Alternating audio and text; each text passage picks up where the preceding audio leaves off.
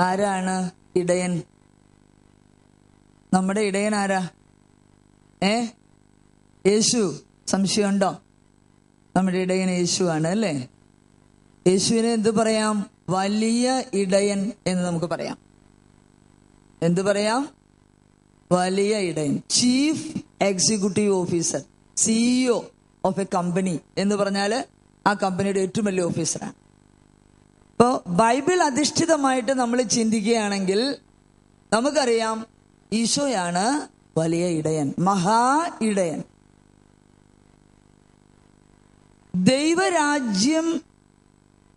ദൈവരാജ്യ രഹസ്യം നമുക്ക് വെളിപ്പെടുത്തി തരുന്നത് തിരുസഭയാണ് അല്ലേ? രണ്ടാം വത്തിക്കാൻ കൗൺസിലിന് ശേഷം നമുക്കറിയാം ആരാണ് ഇനി തിരുസഭ എന്ന് ചിന്തിക്കുമ്പോൾ രണ്ടാം വത്തിക്കാൻ കൗൺസിലിന് ശേഷം വളരെ വ്യക്തമായിട്ടും ശക്തമായിട്ടും പറയുകയാണ്, ദൈവജനമാണ് തിരുസഭ. തിരുസഭ ആരാണ്? ദൈവജനം. അച്ഛന്മാരും വൈദികരും സിസ്റ്റേഴ്സും മാത്രമാണോ? അല്ല. പിന്നെ ആരാണ് തിരുസഭ? ദൈവജനം. അതിലെല്ലാവരും പെട്ടു. ഇപ്പൊ ദൈവജനമാണ് തിരുസഭ. തിരുസഭയ്ക്കൊരു ദൗത്യമുണ്ടോ? ഉണ്ടോ? തിരുസഭയ്ക്ക് ദൗത്യമുണ്ടോ? എന്താണ് ദൗത്യം? ലളിതമായ ഭാഷയിൽ സിമ്പിളായിട്ടൊന്ന് പറഞ്ഞ് എന്താണ് ദൗത്യം? തിരുസഭയുടെ ദൗത്യം എന്നാ? ഒന്നുമില്ലേ? എന്താണ് തിരുസഭയുടെ ദൗത്യം? എന്നാ? തിന്നുകുടിച്ച് ജീവിക്കാന്നാണോ? ആണോ? അല്ല. തിരുസഭയുടെ ദൗത്യം എന്നാ?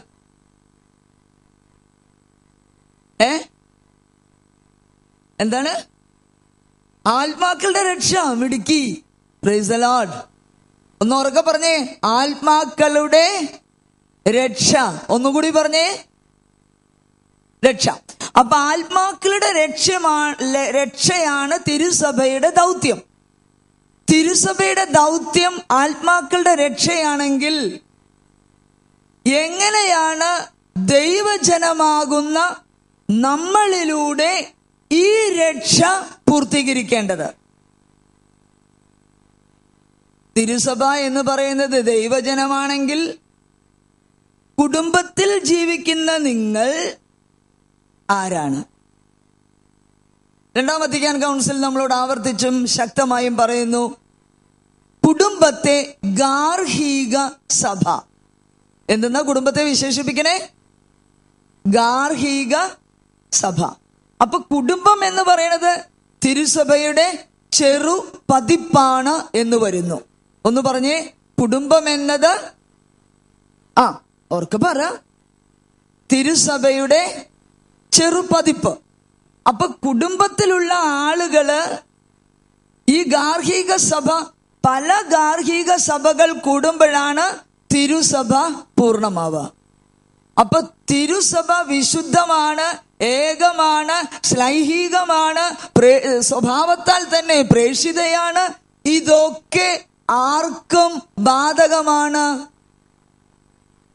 പറഞ്ഞേ, ഗാർഹിക സഭയ്ക്കും ബാധകമാണ്. ഒന്ന് പറഞ്ഞേ, ഗാർഹിക സഭയ്ക്ക് ബാധകമാണ്. ഇപ്പൊ ഗാർഹിക സഭ അക്ഷരാർത്ഥത്തിൽ ആത്യന്തികമായി തിരുസഭയുടെ ദൗത്യം തന്നെ ചെയ്യേണ്ട ആളുകളാണ്. Praise the Lord, praise the Lord. അപ്പൊ നിങ്ങളൊക്കെ എവിടുത്തെ ആളുകളാ? ആത്യന്തികമായി തിരുസഭയുടെ ആളുകളാണ്. പക്ഷെ ഇപ്പോ ഗാർഹിക സഭയിലെ ആളുകളാണ്. നമുക്കറിയാം, ഇന്ന് ഈ കാലഘട്ടത്തെ നമ്മളൊന്ന് സൂക്ഷിച്ചു നോക്കുകയാണെങ്കിൽ ക്രിസ്തീയ വിവാഹങ്ങൾ കുടുംബ കോടതികളിൽ വേർപിരിയലിന് വേണ്ടി കാത്തു കെട്ടിക്കിടക്കുന്നു. ആസ് എ സൈക്കോളജിസ്റ്റ് എന്ന നിലയിൽ, ഒരുപാട് കുടുംബ ശുശ്രൂഷകളിൽ ഏർപ്പെടുന്ന വ്യക്തി എന്ന നിലയിൽ ഒത്തിരിയേറെ കുടുംബ ബന്ധങ്ങൾ ഞാൻ ഓർക്കുന്നു.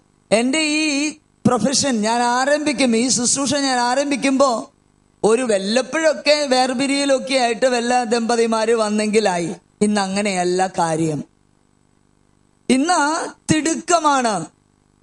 ചെറുതും വലുതുമായ കാര്യങ്ങളെ ചൊല്ലി വേർപിരിയാൻ വെമ്പി നിൽക്കുന്ന ദമ്പതിമാരുടെ എണ്ണം നമ്മൾക്ക് ഇമാജിൻ ചെയ്യാൻ പറ്റുന്നതിലും അപ്പുറമായിട്ടാണ് നിൽക്കുക.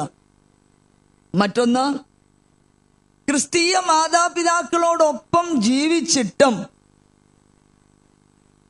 ക്രിസ്തു ആരാണെന്ന് തിരിച്ചറിയാതെ തിന്മ നിറഞ്ഞ ലോകസുഖങ്ങളുടെ പുറകെ നടക്കുന്ന വ്യക്തികള്, ക്രിസ്തുവിനെ അറിയാൻ പോലും പാടില്ലാത്ത വിധത്തിൽ, മനസ്സിലാകാൻ പറ്റാത്ത വിധത്തിൽ തിന്മയിൽ വ്യാപരിക്കുന്നവരുടെ കൂട്ടം. രാഷ്ട്രീയമായും സാംസ്കാരികമായുമുള്ള ലാഭത്തിന് വേണ്ടി സഭയെ കുരുതി കൊടുക്കുന്ന ഒരു ഗണം. ഇതൊക്കെയാണ് ഞാനും നിങ്ങളും നമ്മളൊക്കെ ഇടപെട്ട ഈ ലോകത്തില് നമ്മൾ കാണുന്നത്. നമ്മളും നേരിട്ടോ പരോക്ഷമായോ പ്രത്യക്ഷമായോ ഇത്തരത്തിലുള്ള പ്രശ്നങ്ങൾക്ക് വഴിപ്പെട്ടു പോകുന്നു. അത്തരത്തിലൊരു സാമൂഹിക പശ്ചാത്തലമാണ് നമ്മളിന്ന് ജീവിക്കുന്ന ഈ ലോകം. ഇവിടെ നമുക്കറിയാം, വിശുദ്ധ യോഹന്നാന്റെ സുവിശേഷത്തില് 10-ാം അധ്യായത്തില് നമ്മൾ വായിക്കുന്നുണ്ട്, ആരാണ് നല്ല ഇടയൻ? ആരാണ് നല്ല ഇടയൻ? അപ്പൊ നമ്മൾ വായിക്കാൻ, ഞാനത് മുഴുവനും വായിച്ച് ഇപ്പൊ നമുക്ക് കുറച്ച് സമയമുള്ളിടത്ത് മുഴുവനും വായിക്കാൻ പറ്റില്ലെങ്കിലും കുറച്ചൊക്കെ നമുക്ക് വായിക്കാം. സത്യം സത്യമായി ഞാൻ നിങ്ങളോട് പറയുന്നു, ഞാനാണ് ആടുകളുടെ പറഞ്ഞേ വാതിൽ. വാതിൽ എന്ന് പറഞ്ഞാൽ അതിന്റെ പ്രത്യേകത എന്താ? വാതിൽ തുറക്കാതെ ആർക്കും ആ മുറിയിൽ പ്രവേശിക്കുക സാധ്യമല്ല. ഇപ്പൊ യേശു വാതിൽക്കൽ തന്നെ ഇരിക്കുകയാണ്. യേശുവാണ് വാതിൽ എന്ന് പ്രഖ്യാപിക്കുകയാണ്. അപ്പൊ എന്നെ തട്ടാതെ മുട്ടാതെ ആർക്കും ഇടയഗണത്തിന്റെ അടുത്തേക്ക്, അജഗണത്തിന്റെ അടുത്തേക്ക് പോകാൻ പറ്റില്ലാത്ത വണ്ണം പ്രൊട്ടക്ടറായിട്ട് ഒരിടയൻ ആടുകൾക്ക് കാവൽ കിടക്കും. എനിക്ക് മുമ്പേ വന്നവരെല്ലാം കള്ളന്മാരും കവർച്ചക്കാരുമായിരുന്നു. ആടുകൾ അവരെ ശ്രവിച്ചില്ല. ഞാനാണ് വാതിൽ. എന്നിലൂടെ പ്രവേശിക്കുന്നവൻ രക്ഷ പ്രാപിക്കും. എന്നിലൂടെ പ്രവേശിക്കുന്നവൻ രക്ഷ പ്രാപിക്കും. അവൻ അകത്ത് വരികയും പുറത്തു പോവുകയും മേച്ചിൽ സ്ഥലം കണ്ടെത്തുകയും ചെയ്യും. എന്നിട്ട് പിന്നീട് പറയുന്നുണ്ട്, മോഷ്ടിക്കാനും കൊല്ലാനും നശിപ്പിക്കാനുമാണ് കള്ളൻ വരുന്നത്. പക്ഷെ ഇടയൻ വാതിൽക്കൽ കിടക്കുന്നത് ആടുകളെ രക്ഷയിലേക്ക് നയിക്കുന്നതിനാണ്. എന്നിട്ട് പിന്നെ പറയുന്നുണ്ട്, നമ്മളതിൽ വായിക്കുന്നുണ്ട്, 10-ാം അധ്യായത്തിലെ മോഷ്ടിക്കാനും കൊല്ലാനും നശിപ്പിക്കാനുമാണ് കള്ളൻ വരുന്നത്. ഞാൻ വന്നിരിക്കുന്നത് അവർക്ക് ജീവൻ ഉണ്ടാകാനും അത് സമൃദ്ധമായി ഉണ്ടാകാനുമാണ്. ഒന്ന് പറഞ്ഞേ, ഞാൻ വന്നിരിക്കുന്നത് അവർക്ക് ജീവൻ ഉണ്ടാകാനും അത് സമൃദ്ധമായി ഉണ്ടാകാനുമാണ്. ഞാൻ നല്ല ഇടയനാണ്. ഞാൻ നല്ല ഇടയനാണ്. നല്ല ഇടയൻ ആടുകൾക്ക് വേണ്ടി ജീവൻ അർപ്പിക്കുന്നു. നല്ല ഇടയൻ ആടുകൾക്ക് വേണ്ടി ജീവൻ അർപ്പിക്കുന്നു എന്ന് പറഞ്ഞ നല്ല ഉഗ്രൻ വണ്ടിയില്, ഡസ്റ്റർ വണ്ടിയില് മുമ്പിൽ നടക്കുകയല്ല ചെയ്തേ. പിന്നെ ഈ ഇടയൻ എന്ത് ചെയ്തു? ആടുകൾക്ക് മുൻപേ അവൻ ജീവൻ വെടിഞ്ഞവനാ. പറഞ്ഞ വാക്ക് അക്ഷരം പ്രതി ജീവിതത്തിൽ പ്രകടിപ്പിച്ചവനാ. ജീവിതത്തിൽ ഏറ്റെടുത്തവനാണ് നല്ല ഇടയനായ ഈശോ. ഈ ഇടയന്റെ നാമം ദമ്പതിമാർക്ക് ചേരുമോ എന്നതാണ് ഇന്നത്തെ റോസ് സിസ്റ്ററിന് നിങ്ങളോട് ചോദിക്കാനുള്ളൊരു ചോദ്യം. ഈ ഇടയനാമം ദമ്പതിമാർക്ക് ചേരുമോ? ഒന്ന് പറഞ്ഞേ, ചേരുവോ? നിങ്ങൾ ഇടയന്മാരാണോ? ആണോ? അതോ അച്ഛന്മാരും മാർപ്പാപ്പയും മെത്രാന്മാരും മാത്രമാണോ ഇടയന്മാര്? അംശവെടിയൊക്കെ കയ്യിൽ പിടിച്ച് നിൽക്കുന്നവരാണോ ഇടയന്മാര്? എന്താ മിണ്ടാത്തെ? അപ്പൊ നിങ്ങൾ ഇടയന്മാരാണോ? ഇടയന്മാരെന്ന് വിളിക്കാൻ പാടണ്ട? ഇല്ലേ ഉണ്ടോ? വിളിക്കാൻ പറ്റും. എങ്ങനെ? ഏതർത്ഥത്തിൽ? നിങ്ങൾ എവിടത്തെ ഇടയന്മാരാ? അതായത് ചെറു വിശ്വാസ സമൂഹങ്ങളെ നയിക്കുന്നവരൊക്കെ ഇടയന്മാരാ. നമ്മൾ ആടുകളെ നോക്കിയേ, എല്ലാ ആടുകൾക്കും കൂടി ഒരു ഇടയനുള്ള ആണോ? അല്ല.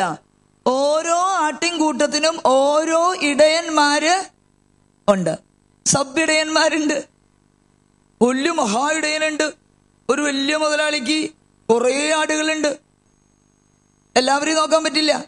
സബ് ഇടയന്മാർക്ക് ഓരോ ഗണത്തെ ഏൽപ്പിച്ചു കൊടുക്കും. എന്നിട്ട് ഈ സബ് കോൺട്രാക്ടേഴ്സിനെ ഒക്കെ വലിയ കോൺട്രാക്ടർ വിളിക്കണ പോലെ പിടികിട്ടിയോ? ഈ കൊച്ചിടയന്മാരെ കുഞ്ഞു കുഞ്ഞ് ആട്ടിൻകൂട്ടങ്ങളെ നയിക്കുന്ന ഭാവനയിലൊന്ന് കണ്ടു നോക്കിയേ. ഓരോ ഇടയന്മാരുടെ കയ്യിൽ 10 ആടുകള്, 10 ആടുകളുള്ള 100 കൂട്ടം. 100 കൂട്ടങ്ങളെയും 100 കൊച്ചി ഇടയപ്പയ്യന്മാരെ ഏൽപ്പിച്ചിട്ടുണ്ട്. ഈ 100 പയ്യന്മാരെയും വിളിച്ചു കൂട്ടിയിട്ട് മഹാ ഇടയൻ, വലിയ ഇടയൻ മെസ്സേജസ് കൊടുക്കും. ആ മെസ്സേജസിനനുസരിച്ച് അവർക്ക് കൊടുക്കേണ്ട തീറ്റ, അവർക്ക് എങ്ങനെ പ്രൊട്ടക്ഷൻ കൊടുക്കണം, എന്ത് ചെയ്യണം എന്നൊക്കെ അവര് നേതാക്കന്മാര് അവരോട് പറയും. അവര് പോയി അങ്ങനെ ആ ആടുകളെ വഴി നടത്തും. എന്ന് വെച്ചാല് കുടുംബം എന്ന് ഗാർഹിക സഭയാണെന്ന് നമ്മൾ കണ്ടു. അത് സെക്കൻഡ് വത്തിക്കാൻ കൗൺസിലിന് ശേഷം ഉറപ്പിച്ച് അസന്നിഗ്ധമായി പറയുന്നു ഗാർഹിക സഭ. ഗാർഹിക സഭയുടെ പ്രവാചികയായി വാഴ്ത്തപ്പെട്ട മറിയം ത്രേസ്യ അമ്മ തിരുസഭയിൽ ഇന്ന് വണങ്ങപ്പെടുകയാണ്. തിരുസഭ അടുത്ത് തന്നെ നമ്മുടെ കേരള സഭയ്ക്ക് അഭിമാന പുളകിതമായി ഗാർഹിക സഭയുടെ പ്രവാചക എന്ന നാമത്തിൽ നമുക്കൊരു വിശുദ്ധയെ കിട്ടുകയാണ്. ആ അമ്മയുടെ മോളാ ഞാനും. ആ അമ്മയിലൂടെയാണ് കുടുംബ ശുശ്രൂഷ ഹോളി ഫാമിലി സിസ്റ്റേഴ്സ് ഇന്ന് ഹൃദയത്തിൽ വഹിച്ചിരിക്കുന്നത്. അതിനു വേണ്ടിയിട്ടാണ് കുടുംബങ്ങൾക്ക് വേണ്ടി നിരന്തരമായി പ്രാർത്ഥിക്കാനും ജീവിക്കാനും ഞങ്ങൾ തയ്യാറായത്. ആ അമ്മയുടെ മാതൃകയാണ്. ഒരു സബ് ഇടയയാണ് ഞങ്ങളുടെ അമ്മയും. കുടുംബങ്ങൾക്ക് കാവലാളായി നിൽക്കുന്ന വ്യക്തി എന്ന നിലയിൽ ഞാനും അവന്റെ ഇടയധർമ്മത്തിൽ പങ്കാളിയാകുന്നു. ആരൊക്കെ ഈ ആടുകൾക്ക് വേണ്ടി ശുശ്രൂഷ ചെയ്യുന്നുവോ അവരെല്ലാം നല്ല ഇടയന്റെ, വലിയ ഇടയന്റെ, മഹാ ഇടയന്റെ ശുശ്രൂഷ പൗരോഹിത്യത്തിൽ, ഇടയധർമ്മത്തിൽ പങ്കെടുക്കുന്നു എന്ന തിരിച്ചറിവില് നമുക്കിന്ന് പോണം. അപ്പൊ കുടുംബത്തില് നമുക്കറിയാം, കുടുംബത്തില് സഭയിലെ ഇടയന്മാര് ഉണ്ട്. കുടുംബത്തിൽ എങ്ങനെയാണ് ഈ ഇടയധർമ്മം നിർവഹിക്കുക? നമുക്കൊന്ന് ആലോചിച്ചാലോ. നിങ്ങളുടെ കുടുംബത്തിൽ നിങ്ങൾ എങ്ങനെ ഇടയനാവണേ? അപ്പനും അമ്മയ്ക്കും ഒരു അജഗണത്തെ കയ്യിൽ തന്നിട്ടുണ്ട്, ഉണ്ടോ ഇല്ലയോ? നിങ്ങളുടെ കുടുംബത്തിൽ ആരൊക്കെയുണ്ട്? അവരൊക്കെ നിന്റെ ഗാർഹിക സഭയാകുന്ന കുടുംബത്തിലെ അജഗണങ്ങളാണ്. ഈ അജഗണത്തെ നയിക്കേണ്ടവരാണ് അപ്പനാകുന്ന, അമ്മയാകുന്ന സഹ ഇടയർ. യേശുവാകുന്ന മഹാ ഇടയന്റെ, ചീഫ് എക്സിക്യൂട്ടീവ് ഓഫീസർ അല്ലെങ്കിൽ മഹാ ഇടയൻ, വലിയ ഇടയന്റെ തിരുവചനം നമ്മളോട് അങ്ങനെ പറയുന്നുണ്ട്. വലിയ ഇടയനാണ് യേശു ക്രിസ്തു എന്ന്. ആ വലിയ ഇടയന്റെ ഇടയന്മാരാണ്, സഹ ഇടയന്മാരാണ് ഒരു വീട്ടിലെ അപ്പനും അമ്മയും. സമർപ്പിതാത്മാക്കൾ യേശുവിന്റെ സഹ ഇടയയാണ്. അല്ലെങ്കിൽ ഈ പണിക്ക് പോരേണ്ട കാര്യമില്ല. ആറുമുഴം നീളമുള്ള ഉടുപ്പൂട്ട് ഇങ്ങനെ നടക്കണത് പ്രച്ഛന്ന വേഷം നയിക്കാൻ വേണ്ടിയിട്ടല്ല, അവന്റെ സഹ ഇടയധർമ്മത്തിൽ പങ്കെടുക്കാൻ വേണ്ടിയിട്ടാണ്. അങ്ങനെയെങ്കിൽ നമുക്കറിയാം, എഫേസുകാർക്ക് എഴുതിയ ലേഖനത്തില് അധ്യായം 4:11 തിരുവചനത്തില് നമ്മൾ ഇങ്ങനെ വായിക്കും: അവൻ ചിലർക്ക് അപ്പസ്തോലന്മാരും പ്രവാചകന്മാരും സുവിശേഷ പ്രഘോഷകന്മാരും ഇടയന്മാരും പ്രബോധകന്മാരുമാകാൻ വരം നൽകി. അപ്പൊ ഇടയന്മാരാകാൻ വരം സമർപ്പിതർക്ക് മാത്രമല്ല, അവൻ മറ്റുള്ളവർക്ക് ഈ പറഞ്ഞ വരങ്ങളെല്ലാം നൽകിയിട്ടുണ്ട്. പ്രത്യേകിച്ച് കുടുംബത്തിൽ, ഗാർഹിക സഭയില്, ക്രൈസ്തവ വിശ്വാസത്തിൽ തിരുവിവാഹം നടത്തുന്നവര്, കൂദാശകളെയൊക്കെ തിരുപ്പട്ടം എന്നൊക്കെ പറയണ്ടെങ്കിൽ തിരുവിവാഹം എന്ന് പറയുന്നതിൽ കുഴപ്പമുണ്ടോ? ഉണ്ടോ ഇല്ലയോ? മണ്ടണില്ല. കൂദാശയല്ലേ. സഭയ്ക്ക് പുറത്തുള്ള വിവാഹങ്ങളെ തിരുവിവാഹം എന്ന് പറയാൻ നമുക്ക് പറ്റില്ല.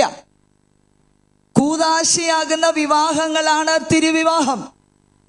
കൂദാശ എന്ന് പറഞ്ഞ ഒരു ക്രിസ്ത്യാനി പെണ്ണ് ഒരു ഹിന്ദു വിഭാഗത്തിൽപ്പെട്ട ക്രിസ്തുവിനെ വിശ്വസിക്കാത്ത ഒരുത്തനെ കല്യാണം കഴിച്ചാൽ അവൻ വിശ്വാസിയല്ലാത്തത് കൊണ്ട് തന്നെ അവരുടെ വിവാഹത്തെ തിരുവിവാഹം എന്ന് പറയാവോ?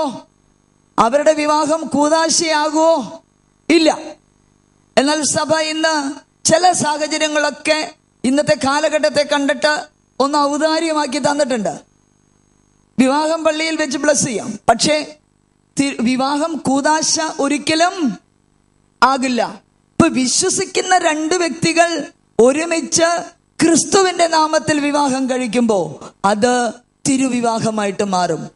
ഈ തിരുവിവാഹത്തിലൂടെ തിരുസഭയിലെ ഗാർഹിക സഭയിലെ അപ്പനും അമ്മയുമായി തീരുന്ന ആ ദമ്പതിമാർ തീർച്ചയായും യേശു ക്രിസ്തുവിന്റെ സഹ ഇടയന്മാരാണ്. Praise the Lord. നമ്മളെല്ലാവർക്കും ഒന്ന് കൈ ഉയർത്തിയേ, കണ്ണടച്ച് കർത്താവിനെ ഒന്ന് സ്തുതിച്ചേ. സഹ ഇടയന്മാരായി ഞങ്ങളെ അങ്ങ് തെരഞ്ഞെടുത്തതിന് നന്ദി കർത്താവേ എന്ന് നമുക്ക് പറയാം.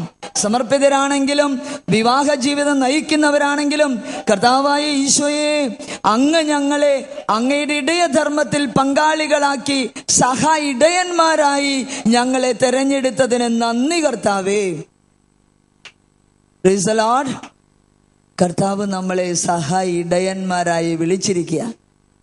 ഇനി എന്താണ് ഈ സഹ ഇടയന്മാരുടെ ദൗത്യമെന്ന് നമുക്കൊന്ന് ധ്യാനിച്ചു നോക്കാം. സഹ ഇടയന്മാരുടെ ഞാൻ നേരത്തെ പറഞ്ഞു, യോഹന്നാൻ ശ്ലീഹായുടെ 10-ാം അധ്യായത്തിൽ നമ്മൾ വായിക്കുന്നു, ഞാൻ വന്നത് മോഷ്ടിക്കാനും കൊല്ലാനും നശിപ്പിക്കാനുമാണ് കള്ളൻ വരുന്നത്, എന്നാൽ ഞാൻ വന്നിരിക്കുന്നത് അവർക്ക് ജീവൻ ഉണ്ടാകാനും ആ ജീവൻ സമൃദ്ധമാക്കാനും വേണ്ടിയാണ്. എൻ്റെ കുടുംബത്തിലെ അംഗങ്ങൾക്ക്, എൻ്റെ സന്യാസ സമൂഹത്തിലെ അംഗങ്ങൾക്ക് ജീവൻ കൊടുക്കാനും അത് സമൃദ്ധമാക്കാനും വേണ്ടിയാണ് ഈ സഹ ഇടയധർമ്മം ഞാൻ ഏറ്റെടുത്തിരിക്കുന്നത്. എൻ്റെ കാര്യം മാത്രം നോക്കി ഞാൻ എങ്ങനെ സ്വർഗത്തിൽ പോകണം, 10 കൊന്ത ചൊല്ലിയാൽ ഞാൻ സ്വർഗത്തിൽ പോവും എന്ന് ആരെങ്കിലും ഒരു ബ്രദർ പറഞ്ഞിട്ടുണ്ടെങ്കിൽ പ്രാന്ത് പിടിച്ച പോലെ 10 കൊന്ത ചൊല്ലും. വീട്ടിലെ മക്കൾ എന്താ ചെയ്യണേന്ന് തിരിഞ്ഞു നോക്കാറില്ല. അവരെ സഹ ഇടയൻ എന്ന് വിളിക്കാവോ എന്ന് വെച്ചാൽ ആത്മീയതയും മതാത്മകതയും തമ്മിലുള്ള ഡിഫറൻസ് നമ്മൾ മുമ്പ് ഒരിക്കൽ ഞാൻ തന്നെ നിങ്ങളോട് ഇതിനെ കുറിച്ച് പറഞ്ഞിട്ടുണ്ട്, അതുകൊണ്ട് അതിലേക്ക് പോകുന്നില്ല. അപ്പൊ ആത്മീയത എന്ന് പറയുന്നത് എൻ്റെ ജീവിതത്തിൽ എന്നിൽ നിക്ഷിപ്തമായ ദൗത്യബോധം. തിരുസഭയുടെ ദൗത്യം തന്നെയാണ് എൻ്റെ ദൗത്യവും. വേറെ ഒരു ദൗത്യവും നമുക്ക് ഇല്ല. ഇനി വിശുദ്ധ പൗലോസ്ലീഹ എഫേസുകാർക്ക് എഴുതിയ ലേഖനത്തില് നമുക്ക് ഇങ്ങനെ വായിക്കാം. ഈ 11-ാം അധ്യായം നമ്മൾ ഇങ്ങനെ 11-ാം വചനം 4:11 നമ്മൾ ഇങ്ങനെ വായിച്ചു. എന്തെന്നാ വായിച്ചത്? നേരത്തെ പറഞ്ഞത് ഇടയന്മാരാകാൻ വരം നൽകി. 4-ാം അധ്യായം 11-ാം തിരുവചനത്തിൽ നമ്മൾ ഇങ്ങനെ വായിച്ചു,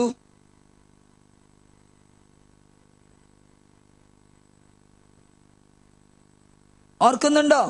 ഇടയന്മാരാകാൻ വരം നൽകി. 12-ാമത്തെ വചനം ഇങ്ങനെ വായിക്കുന്നു, എന്തിനാണ് ഇങ്ങനെ വരം നൽകിയത് എന്ന് സംശയിക്കേണ്ട, കൃത്യമായിട്ട് പറയുന്നുണ്ട്. ഇത് വിശുദ്ധരെ പൂർണ്ണരാക്കുന്നതിനും, ഒന്നോർക്കെ പറഞ്ഞേ, ശുശ്രൂഷയുടെ ജോലി ചെയ്യുന്നതിനും ക്രിസ്തുവിന്റെ ശരീരത്തെ പണിതുയർത്തുന്നതിനും വേണ്ടിയാണ്. അപ്പൊ ഒന്നുകൂടി പറഞ്ഞ ഒന്ന് കാണാണ്ട് പറയാൻ പറ്റുമോ നോക്കിയേ. ഇത് വിശുദ്ധരെ പരിപൂർണരാക്കുന്നതിനും ശുശ്രൂഷയുടെ ജോലി ചെയ്യുന്നതിനും ക്രിസ്തുവിന്റെ ശരീരത്തെ പണിതുയർത്തുന്നതിനും വേണ്ടിയാണ്. അപ്പൊ എന്തിനാ നിങ്ങളെ ഇടയന്മാരായിട്ട് വിളിച്ചത്? എന്തിനാ വിളിച്ചേ? ക്രിസ്തുവിന്റെ ശരീരത്തെ പണിതുയർത്തണം. എവിടെ, എങ്ങനെ പണിതുയർത്തണം? പള്ളി പണിതുയർന്നാണ്. പിന്നെ എങ്ങനെയാ ക്രിസ്തുവിന്റെ ശരീരം പണിതുയർത്താ? കേട്ടില്ല? തിരുസഭ? ക്രിസ്തുവിന്റെ ശരീരം തിരുസഭയാണോ? അപ്പൊ ഗാർഹിക സഭയിലെ ഇടയന്മാർക്ക് തിരുസഭയെ പണിയണമെന്നുണ്ടെങ്കിൽ നിങ്ങൾ എന്ത് ചെയ്യണം? അത് സമഗ്രമായൊരു ഗോളാ. കുടുംബത്തിലെ നിങ്ങളുടെ ഗോൾ എന്താ? എങ്ങനെ ക്രിസ്തുവിന്റെ ശരീരത്തെ പണിതുയർത്താം? അത് മനസ്സിലായില്ലെങ്കിൽ എങ്ങനെ ചെയ്യും? അപ്പൊ ഒന്നും കൂടി വായിക്കാം നമുക്ക്. 13-ാം വചനം ഇങ്ങനെ വായിക്കുന്നു: വിശ്വാസത്തിന്റെ ഐക്യത്തിലും ദൈവപുത്രനെ കുറിച്ചുള്ള പൂർണ്ണ ജ്ഞാനത്തിലും എല്ലാവരും എത്തിച്ചേരുകയും ക്രിസ്തുവിന്റെ പരിപൂർണതയുടെ അളവനുസരിച്ച് പക്വതയാർന്ന മനുഷ്യരാവുകയും ചെയ്യുന്നത് വരെ ഇത് തുടരേണ്ടിയിരിക്കുന്നു. അപ്പൊ നമ്മൾ പക്വതയുള്ള വ്യക്തികളാകുന്നത് വരെ നമ്മൾ ഇത് തുടരേണ്ടിയിരിക്കുന്നു. ആരൊക്കെ പക്വതയുള്ള വ്യക്തികളാകണം? ഗാർഹിക സഭയില് പക്വതയുള്ള വ്യക്തികളാകേണ്ടത് ആരൊക്കെയാ? പറഞ്ഞേ. മാതാപിതാക്കള് പക്വതയാർന്ന വ്യക്തികളാവണ്ടേ? നിങ്ങളെ ഏൽപ്പിച്ച മക്കള് പക്വതയാർന്ന ആളുകളാവണ്ടേ? വേണോ വേണ്ടിയോ? അങ്ങനെ ആയില്ലെങ്കിൽ നിങ്ങളുടെ ദൗത്യം പൂർത്തിയാവുമോ? അപ്പൊ നിങ്ങളുടെ ദൗത്യം എന്നത് നിങ്ങളുടെ കുടുംബത്തിലുള്ള സകലരെയും പക്വതയുള്ള മനുഷ്യരാക്കുന്നതിന് വേണ്ടി ഇടയധർമ്മം നിങ്ങൾക്ക് തിരുവിവാഹം എന്ന കൂദാശയിലൂടെ നൽകിയിരിക്കുന്നു. അല്ലെങ്കിൽ സമർപ്പണ ജീവിതം എന്ന കൂദാശയിലൂടെ ഈ സഹ ഇടയ സ്ഥാനം ഞങ്ങൾക്ക് തന്നിരിക്കുന്നു. ഇനിയോ എന്നിട്ട് എഴുതുകയാണ്: നാം ഇനിമേൽ തെറ്റിന്റെ വഞ്ചനയിൽപ്പെടുത്താൻ മനുഷ്യർ കൗശലപൂർവ്വം നൽകുന്ന വക്രതയാർന്ന ഉപദേശങ്ങളുടെ കാറ്റിൽ ആടിയുലയുകയും തൂത്തെറിയപ്പെടുകയും ചെയ്യുന്ന ശിശുക്കൾ ആകരുത്. പ്രത്യുത, ഇനി ഞാൻ പറഞ്ഞത് ഏറ്റു ചൊല്ലണം: സ്നേഹത്തിൽ സത്യം പറഞ്ഞുകൊണ്ട് ശിരസായ ക്രിസ്തുവിലേക്ക് എല്ലാ വിധത്തിലും നാം വളരേണ്ടിയിരിക്കുന്നു. എന്നിട്ടോ അവൻ വഴി ശരീരം മുഴുവൻ ഓരോ സന്ധിബന്ധവും അതതിന്റെ ജോലി നിർവഹിക്കത്തക്ക വിധം സമുന്നയിക്കപ്പെട്ട് വളരുകയും സ്നേഹത്തിൽ രൂപപ്പെടുകയും ചെയ്യാം. ഇതാണ് ഇടയധർമ്മം നമുക്ക് നൽകുന്ന കാര്യം. പിന്നെ നമുക്കറിയാം, യോഹന്നാൻ ശ്ലീഹായുടെ സുവിശേഷത്തിൽ നമ്മൾ വായിക്കുന്നുണ്ട്, എന്താണ്? അവൻ നല്ല ഇടയനാണ്, ആടുകളെ പേര് ചൊല്ലി വിളിക്കുന്നു, വാതിലാണ്, ആടുകളെ തിരിച്ചറിയുന്നു, പച്ചയായ പുൽത്തകിടിയിലേക്ക് അവൻ നയിക്കുന്നു, ആടുകൾക്ക് വേണ്ടി ജീവൻ അർപ്പിക്കുന്നു, കള്ളന്മാരിൽ നിന്ന് രക്ഷിക്കുന്നു. ഇങ്ങനെ ഒത്തിരിയേറെ കാര്യങ്ങള് നമ്മൾ നല്ല ഇടയന്റെ ഭാഗധേയം എന്താണ്, ദൗത്യം എന്താന്ന് കൃത്യമായിട്ട് നമുക്ക് പിടികിട്ടും. ഇന്ന് നിങ്ങൾ വീട്ടിൽ പോയിട്ട് വിശുദ്ധ യോഹന്നാൻ എഴുതിയ സുവിശേഷം 10-ാം അധ്യായം മൊത്തം നമ്മളൊന്ന് വായിച്ചേക്കുക. അതിൽ നമുക്ക് ഇടയധർമ്മം എന്താണ്, ഇടയന്റെ പണി എന്താണെന്ന് മഹായിടയൻ ചെയ്ത കാര്യങ്ങൾ കൃത്യമായിട്ട് നമ്മളോട് പറയുന്നുണ്ട്. അത് വായിച്ചു നോക്കാവോ? തീർച്ചയായിട്ടും അത് നമുക്ക് വായിച്ചു നോക്കാം. അത് ഇവിടെ ഞാൻ വിലയിരുത്തുന്നില്ല. ഇനി നമുക്കറിയാം, ഇങ്ങനെ ഇടയന്മാരുടെ തലവൻ എന്ന് 1 പത്രോസ് 5:4 നമ്മൾ വായിക്കുന്നുണ്ട്. ഈ യേശു ക്രിസ്തു ഇടയന്മാരുടെ തലവനാണെന്ന് നമ്മൾ വായിക്കുന്നുണ്ട്. യേശു ക്രിസ്തു ഇടയന്മാരുടെ തലവനാണെന്ന് വായിക്കുന്നു. എന്താണത്? 1 പത്രോസ് 5:4. ഇടയന്മാരുടെ തലവൻ പ്രത്യക്ഷപ്പെടുമ്പോൾ മഹത്വത്തിന്റെ ഒളിമങ്ങാത്ത കിരീടം നിങ്ങൾക്ക് ലഭിക്കും. അതാണ് മഹാ ഇടയൻ, വലിയ ഇടയൻ യേശു ക്രിസ്തുവാണെന്നും ഈ ഇടയധർമ്മം യേശുവിൽ നിന്നാണ് നമുക്ക് ലഭിക്കുന്നത് എന്നും ദൈവവചനം നമ്മെ ഓർമ്മിപ്പിക്കുകയാണ്. തിരുവചനം നമ്മളോട് പറയും, യോഹന്നാൻ ശ്ലീഹായുടെ സുവിശേഷം 21-ാം അധ്യായത്തില് 5 മുതൽ 15 മുതൽ 17 വരെയുള്ള തിരുവചനം നമ്മൾ ഇങ്ങനെ വായിക്കും: വിഷമിക്കുന്നവരെ ഇടയനില്ലാത്ത കൂട്ടം തെറ്റിയ ആട് എന്നാണ് പറയണേ. ഒന്ന് പറഞ്ഞേ, ഇടയനില്ലാത്ത, ഓർക്ക പറഞ്ഞേ, കൂട്ടം തെറ്റിയ ആട്. നിന്റെ കുടുംബത്തിൽ, ഈശോ ഇന്ന് ചോദിക്കും, നിന്റെ കുടുംബത്തിൽ കൂട്ടം തെറ്റിയ ആടുകളുണ്ടോ? Price the Lord. നിന്റെ അപ്പൻ, നിന്റെ അമ്മ, നിന്റെ മക്കള് കൂട്ടം തെറ്റിയ ആടുകളാണോ? ഞാൻ തന്നെയും കൂട്ടം തെറ്റിയ ആടാണോ? ഇടയധർമ്മത്തിൽ നിന്ന് മാറി നടക്കുന്ന പ്രവണത എനിക്കുണ്ടോ? അതോ എൻ്റെ മഹാ ഇടയനായ യേശുവിനോട് ചേർന്ന ഇടയധർമ്മം, ആത്മാക്കളുടെ രക്ഷ സാധിക്കുന്നതിന് ഞാൻ മുൻകൈയെടുക്കുന്നുണ്ടോ, ആത്മാർത്ഥമായി ഞാൻ പരിശ്രമിക്കുന്നുണ്ടോ എന്ന് നമുക്കിന്ന് ധ്യാനിക്കണം. ഞാനൊരു സന്യാസിനിയാണെങ്കിൽ എൻ്റെ ജീവിതത്തിൻ്റെ പ്രഥമ ഉത്തരവാദിത്തം എൻ്റെ ആത്മാവിൻ്റെ രക്ഷ എന്നതുപോലെ തന്നെ എൻ്റെ കൂടെയായിരിക്കുന്ന ആത്മാക്കളെ, എൻ്റെ ചുറ്റുപാടുകളിലുള്ള വ്യക്തികളെ, എൻ്റെ ശുശ്രൂഷാ മേഖലയിലുള്ള വ്യക്തികളെ ഈ മഹാ ഇടയൻ്റെ പക്കലേക്ക് നയിക്കാനും അവന് സ്വർഗപ്രവേശം, അവൻ്റെ ആത്മാവിന് രക്ഷയായിട്ട് എനിക്ക് എങ്ങനെ പ്രവർത്തിക്കാം, അതും കൂടി തമ്പുരാൻ എന്നെ ഏൽപ്പിക്കുന്ന ഉത്തരവാദിത്തം. അടഞ്ഞിരിക്കേണ്ട ആളുകളല്ല നമ്മള്. എൻ്റെ വീട്ടില് കൂട്ടം തെറ്റിയ ആടുകൾ ഉണ്ടോ എന്ന് നമുക്ക് ആഴത്തിൽ ധ്യാനിക്കണം. ഒരെണ്ണത്തിനെ ഒറ്റപ്പെടുത്തി മാറ്റി നിർത്തിയിട്ടുണ്ടെങ്കിൽ, നിങ്ങളുടെ അമ്മയെ രോഗിയായി കിടക്കുന്ന, ദുരിതം അനുഭവിക്കുന്ന അമ്മയെ തിരിഞ്ഞു നോക്കാതെ കഷ്ടപ്പെടുത്തുന്നുണ്ടെങ്കിൽ, നിങ്ങളുടെ ഗാർഹിക സഭയിൽ കൂട്ടം തെറ്റിയ ആടില്ലേ? ഇല്ലേ? നിങ്ങളുടെ മക്കളിൽ നിങ്ങൾ വിചാരിക്കുന്നത് പോലെ സഭാ ദൗത്യത്തോട് ചേർന്ന് നിൽക്കാത്ത മക്കളുണ്ടെങ്കിൽ അവിടെ കൂട്ടം തെറ്റിയ ആടുകളില്ലേ? ദൗത്യബോധത്തെക്കുറിച്ച് ബോധമില്ലാതെ ലൗകിക സുഖങ്ങളുടെ പുറകെ നിങ്ങൾ തന്നെയും നടക്കുന്നുണ്ടെങ്കിൽ കൂട്ടം തെറ്റിയ ആടല്ലേ? വിഷമിക്കുന്ന, കൂട്ടം തെറ്റിയ, ഒറ്റപ്പെടുന്ന ആടുകളുടെ അത്തരത്തിലുള്ള പ്രവർത്തനങ്ങൾക്ക് പുറകിലും അവന്റെ ചങ്കിന്റെ പിടച്ചിലും വേദനയും തിരിച്ചറിയാൻ കോ-ഷെപ്പേർഡിന് സാധിക്കണം, സഹ ഇടയർക്ക് സാധിക്കണം. എന്തേണാവോ എൻ്റെ ഭർത്താവിന്റെ മുഖം ഇന്ന് മങ്ങിയിരിക്കുന്നത്?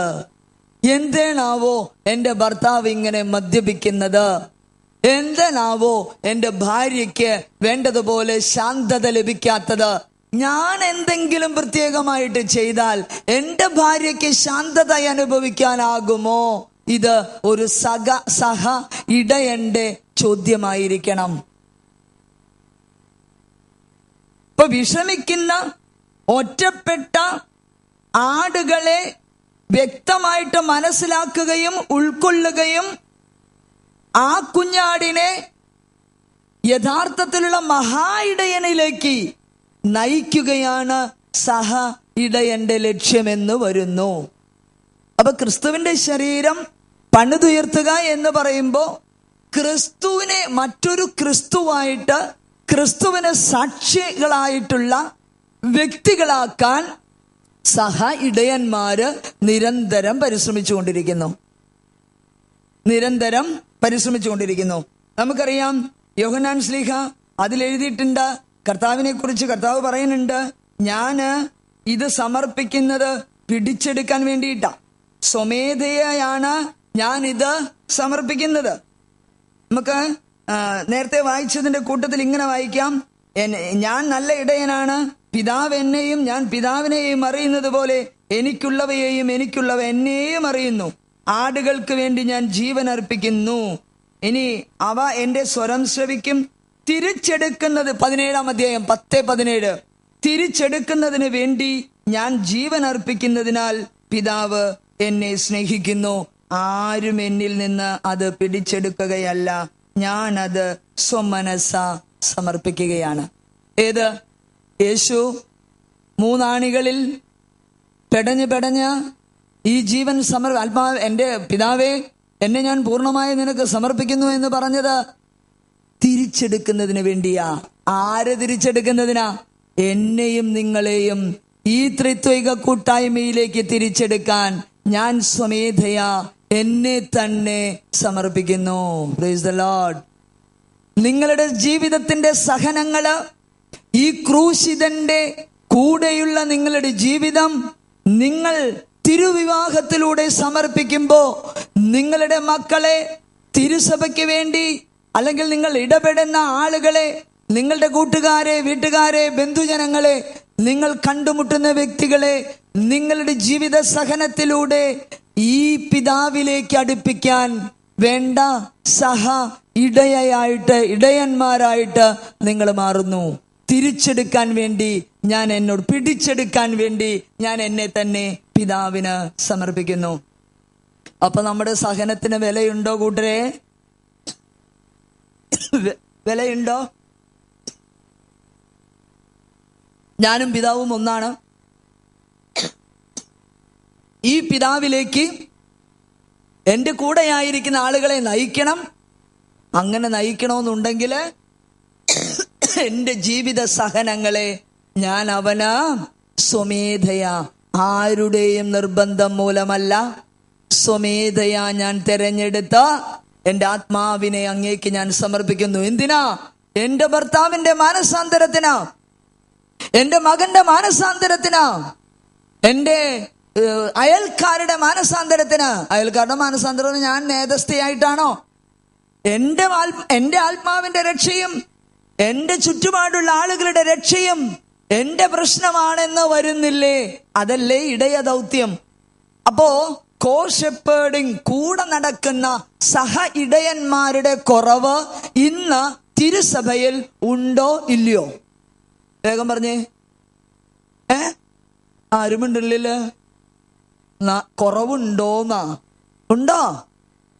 ഇന്ന് നോക്കിയേ, വളരെ കൈവിരലും എണ്ണാവുന്ന ആളുകളെ ഇടവക കൂട്ടായ്മകളിൽ ഈ ആത്മാക്കളുടെ രക്ഷയ്ക്ക് വേണ്ടി പ്രവർത്തിക്കുന്നവരുള്ളോ? അല്ലേ? എന്തോരം ആളുകളുണ്ട് നമ്മുടെ ഇടയിൽ, ഇല്ലേ? നമ്മുടെ കേരളത്തിലെ ക്രൈസ്തവര് കൂടുതലാണ്. ക്രൈസ്തവരുണ്ട് കേരളത്തില്.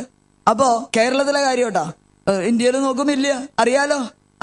അപ്പോ ഈ ക്രൈസ്തവര്, നമ്മളുള്ളവരെല്ലാവരും ഈ ഒരു ആറ്റിറ്റ്യൂഡോട് കൂടി പ്രവർത്തിക്കുകയാണെങ്കിൽ ഇന്ന് എന്തായിരിക്കും നമ്മുടെ ചലനം? ഡൈനമിസം. നമ്മൾ ഡൈനമിക് ആവും, ചലനാത്മകമാകും തിരുസഭ. സംശയമില്ല. നമ്മുടെ വിചാരം ഇടവക പള്ളിയിൽ അച്ഛൻ പറയും, അതൊക്കെ അനുസരിച്ച് അങ്ങോട്ട് ജീവിച്ചാൽ മതി. അവിടെ അങ്ങനെയല്ല, ഞായറാഴ്ചയും പറയും, അതൊക്കെ അങ്ങോട്ട് ചെയ്യുക. കുടുംബസമ്മേളനത്തിനൊക്കെ പൊക്കോ, അവിടെ ചെന്നിരിക്കുക, അറ്റൻഡൻസ് ഒക്കെ മാർക്ക് ചെയ്യുക. കൂടുതൽ അറ്റൻഡൻസ് കിട്ടിയവർക്കൊക്കെ സമ്മാനമൊക്കെ കിട്ടി, ഞങ്ങൾക്കൊക്കെ സമ്മാനമൊക്കെ കിട്ടിയിട്ടുണ്ട്. എന്നിട്ടോ അതാണ് ഇടയധർമ്മം ആണോ? ചത്തതിനൊക്കുമേ ജീവിച്ചിരിക്കലും ആടുകൾക്ക് വാതിലാകാൻ, പേര് ചൊല്ലി വിളിക്കാൻ, പൂർണ്ണമായും സമർപ്പിക്കാൻ, തിരിച്ചെടുക്കാൻ, അവന് വേണ്ടി കൊടുക്കാൻ, അവന് വേണ്ടി ഒരുക്കാൻ നമുക്ക് സാധിക്കുമോ ഇല്ലയോ എന്നതാണ് ഇന്നത്തെ നമ്മുടെ പ്രധാനപ്പെട്ട ധ്യാന വിഷയം. നമുക്കറിയാം, നടപടി പുസ്തകത്തില് നമ്മൾ ഇങ്ങനെ വായിക്കും. 20-ാം അധ്യായം 28-ാം തിരുവചനം നമ്മൾ ഇങ്ങനെ വായിക്കും: നിങ്ങളെയും അജഗണം മുഴുവനെയും പറ്റി നിങ്ങൾ ജാഗരൂകരായിരിക്കുക. ഒന്ന് പറഞ്ഞേ, നിങ്ങളെയും അജഗണം മുഴുവനെയും പറ്റി നിങ്ങൾ ജാഗരൂകരായിരിക്കുക. കർത്താവ് സ്വന്തം രക്തത്താൽ നേടിയെടുത്ത ദൈവത്തിന്റെ സഭയെ പരിപാലിക്കാൻ പരിശുദ്ധാത്മാവ് നിയോഗിച്ചിരിക്കുന്ന അജപാലകരാണ് നിങ്ങൾ. Praise the Lord. ആരാ നിങ്ങളെ ഇടയന്മാരായി നിയോഗിച്ചത്? ഉറക്കെ പറ. ഉറക്കെ. പരിശുദ്ധാത്മാവ്. കേട്ടില്ലേ? വായിച്ചത് കേട്ടില്ലേ? ഒന്ന് പറഞ്ഞേ. കർത്താവ് സ്വന്തം രക്തത്താൽ ഏറ്റുപറ നേടിയെടുത്ത ദൈവത്തിന്റെ സഭയെ പരിപാലിക്കാൻ പരിശുദ്ധാത്മാവ് നിയോഗിച്ചിരിക്കുന്ന അജപാലകരാണ് ഞങ്ങൾ എന്നാ പറഞ്ഞു. ഇതിൽ നിങ്ങളാ. അപ്പൊ നമുക്ക് പറയുമ്പോ ഞങ്ങളല്ലേ. അപ്പൊ ആരാ നിയോഗിച്ചേ? എന്തിനാ? ദൈവത്തിന്റെ സഭയെ പരിപാലിക്കാൻ. കർത്താവ് രക്തം കൊടുത്ത് നേടിയെടുത്ത ദൈവത്തിന്റെ സഭയെ പരിപാലിക്കാൻ പരിശുദ്ധാത്മാവ് തിരഞ്ഞെടുത്ത അജപാലകരാണ് നമ്മള്. പ്രത്യേകിച്ച് തിരുവിവാഹത്തിലൂടെ കടന്നു വന്ന സഹ ഇടയന്മാരായ നിങ്ങളോട് പരിശുദ്ധാത്മാവിനെന്ന് പറയാനുള്ളത് ഇതാണ്: ഞാനാണ് മക്കളെ നിന്നെ വടക്കേലെ പാപ്പച്ചന്റെ മോള് മേരിയുമായി കൂട്ടിച്ചേർത്തത്. നിന്നെ സഹ ഇടയായിട്ട് കൂട്ടിച്ചേർത്തത് പരിശുദ്ധാത്മാവാ. നിങ്ങൾ രണ്ടാളും ഈ ഇടയധർമ്മം നിർവഹിച്ചപ്പോഴാണ് നിങ്ങൾക്ക് 3 കുഞ്ഞുങ്ങൾ ഉണ്ടായത്, 1 കുഞ്ഞുണ്ടായത്. പിടികിട്ടിയോ? ഇത് പ്രധാനപ്പെട്ട കാര്യമാണോ? ഈ അജപാലന ദൗത്യം തിരുസഭ തന്നെ വിശുദ്ധ ഗ്രന്ഥം മുഖേന നമുക്ക് കിട്ടുകയും നമ്മളത് ഏറ്റെടുക്കുകയും ചെയ്തവരാണെന്ന ആഴമായ ബോധ്യമുണ്ടെങ്കിൽ ഇടവക കൂട്ടായ്മയോട് ചേർന്ന് നിൽക്കോ ഇല്ലയോ? നിൽക്കും. അപ്പൊ നിങ്ങൾ സഹ ഇടയന്മാരാണോ? വൈദികരോടൊപ്പം ചേർന്ന് നിൽക്കേണ്ട സഹ ഇടയന്മാരാണ് നിങ്ങളെന്ന് ഞാൻ പറയാൻ കാരണം അതാണ്. ഇനി ഗാർഹിക സഭയിലെ ഇടയന്മാർ, നേരത്തെ പറഞ്ഞു, തിരുവിവാഹം എന്ന കൂദാശയിലൂടെ ക്രിസ്തീയ കുടുംബത്തിന് രൂപം നൽകുന്നു. ഈ കുടുംബത്തെയാണ് നമ്മൾ സഭയുടെ ചെറുപതിപ്പായിട്ട് നേരത്തെ പറഞ്ഞത്. ഇനി നമുക്കറിയാം, തിരുസഭയുടെ അടിസ്ഥാന കോശം കുടുംബമാണ്. തിരുസഭയുടെ അടിസ്ഥാന കോശം കുടുംബമാണ്. ലോകത്തിന്റെ നവീകരണത്തിനുമുള്ള പ്രധാനപ്പെട്ട സമൂഹവും കുടുംബമാണ്. ലോകത്തിന്റെ നവീകരണത്തിനുള്ള അടിസ്ഥാന നവീകരണത്തിനുള്ള ഒരു സമൂഹം കുടുംബമാണ്. കാരണം എന്താ? കുടുംബത്തിൽ നിന്നാണ് ലോകത്തെ നവീകരിക്കാനുള്ളവര് ജനിക്കേണ്ടത്. ലോകത്തെ നവീകരിക്കാൻ ഏതർത്ഥത്തിലും ഏത് സ്ഥാനത്തും കയറിയിരിക്കുന്ന ആളുകളും കുടുംബത്തിൽ പിറക്കണം, കുടുംബത്തിൽ വളരണം, കുടുംബത്തിൽ നിന്ന് നന്മ സ്വീകരിക്കണം. അതുകൊണ്ടാണ് എല്ലാത്തിൻ്റെയും അടിസ്ഥാന കോശം കുടുംബമാണ് എന്ന് നമ്മൾ പറയുന്നത്. അപ്പൊ നമുക്കറിയാം, സഭയുടെ ലക്ഷ്യം എന്ന് പറഞ്ഞാൽ എന്താ? ദൈവരാജ്യ സാക്ഷാത്കാരമാണ്. ദൈവരാജ്യം പ്രാപിക്കുകയാണ് തിരുസഭയുടെ ലക്ഷ്യം. ഇത് തന്നെയാണ് ഗാർഹിക സഭയുടെയും ലക്ഷ്യം. എന്താണ് ഗാർഹിക സഭയുടെ ലക്ഷ്യം? നിങ്ങളുടെ ലക്ഷ്യം എന്നാന്ന് നേരത്തെ പറഞ്ഞില്ലേ? ക്രിസ്തുവിന്റെ ശരീരത്തെ പണിതുയർത്തുക, അതുവഴി ക്രിസ്തുവിന്റെ രാജ്യത്തിലെ പങ്കാളി ആവുക, ദൈവരാജ്യത്തിൽ എത്തിച്ചേരുക, ആത്മീയമായിട്ട് ക്രിസ്തുവിനോടൊപ്പം ചേരുക. നന്മ ചെയ്ത് എൻ്റെ ശരീരത്തെ ഈ ഭൂമിയിൽ വിട്ടൊഴിഞ്ഞ ആത്മാവിനെ പരുവപ്പെടുത്തി കുഞ്ഞാടിന്റെ വിവാഹത്തിന് വേണ്ടിയുള്ള ഒരുക്കമാണ് ഈ ഭൂമിയിലെ ജീവിതമെന്ന് വെളിപാടിന്റെ പുസ്തകം നമ്മൾ പഠിപ്പിക്കും. നമ്മൾ കുഞ്ഞാടിന്റെ വിവാഹ വിരുന്നിന് ഒരുങ്ങുക. ബ്രഹ്മചാരികളായ ഞങ്ങൾ മാത്രമല്ല, നിങ്ങളും ബ്രഹ്മചാരികളാ. ആണോ അല്ലയോ? ആണോ അല്ലയോ? മാമോദീസായിലൂടെ രാജത്വം, പ്രവാചകത്വം, പൗരോഹിത്യം, 3 കർമ്മങ്ങളിൽ, 3 ധർമ്മങ്ങളിൽ നമ്മൾ പങ്കാളിയാകുന്നുണ്ട്. ഇത് തന്നെയാണ് തിരുവിവാഹത്തിലും നിങ്ങൾ എടുക്കുന്നത്. നമ്മളറിയാം, അച്ഛന്മാരുടെ പണി എന്താന്ന് ചോദിച്ചാൽ നമ്മൾ പറയാം ശുശ്രൂഷ പൗരോഹിത്യം അല്ലേ?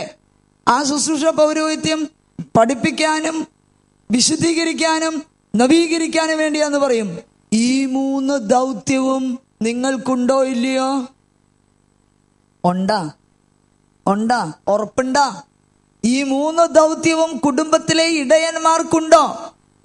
നിങ്ങളുടെ മക്കളെ നിങ്ങൾ പഠിപ്പിക്കണോ വേണ്ടിയോ? ജീവിത പങ്കാളിയെ പഠിപ്പിക്കണോ വേണ്ടിയോ? വിശുദ്ധീകരിക്കണോ വേണോ?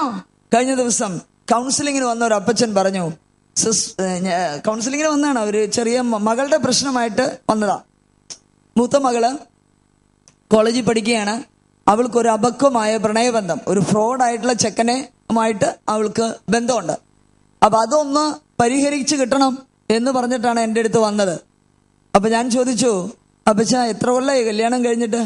ഓ സിസ്റ്ററെ, കല്യാണം കഴിഞ്ഞിട്ട് 30 വർഷമായി. എന്നിട്ടോ?